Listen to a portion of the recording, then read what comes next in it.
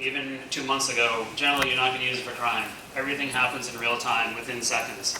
So you need to be able to look at everything within real time within seconds. And of course, then there's all these domain name redirection services, which you register and you hide your domain behind something else, which redirect to something else.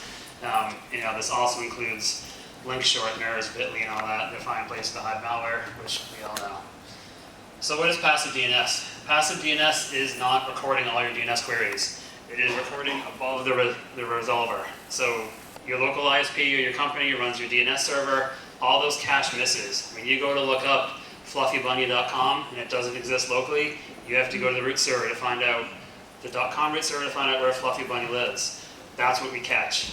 We have a network of sensors around the world as Farsight, mostly through handshakes and partnerships, and we can see a vast amount of traffic, which is just the cache miss. So what does this provide? It provides the date, the time, and the source of the sensor for where it came from, so we know what part of the world it came from. It does not provide personally identifiable information. We do not have your IP address. We do not have anything related to your local machine that made the query.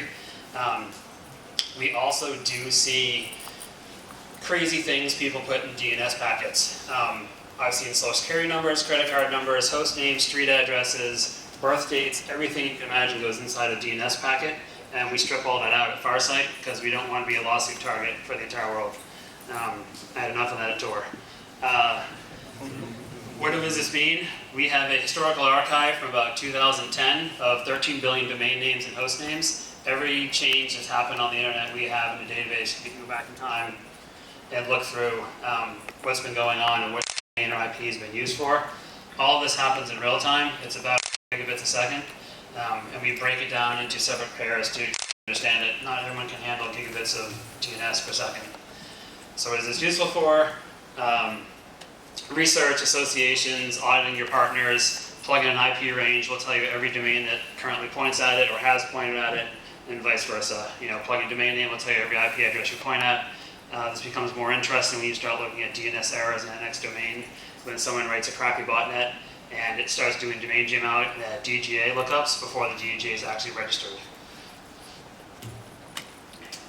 And then with Cyber Angel, we put together this, done some research and exposed a bunch of counterfeiters and scammers tied to just looking at passive DNS and looking at network science. Network science is the analysis of complex networks. It's used in biological, social, and computer networks to look at, associations using inference statistics, graph theory, and a number of other math terms that I won't bore you with.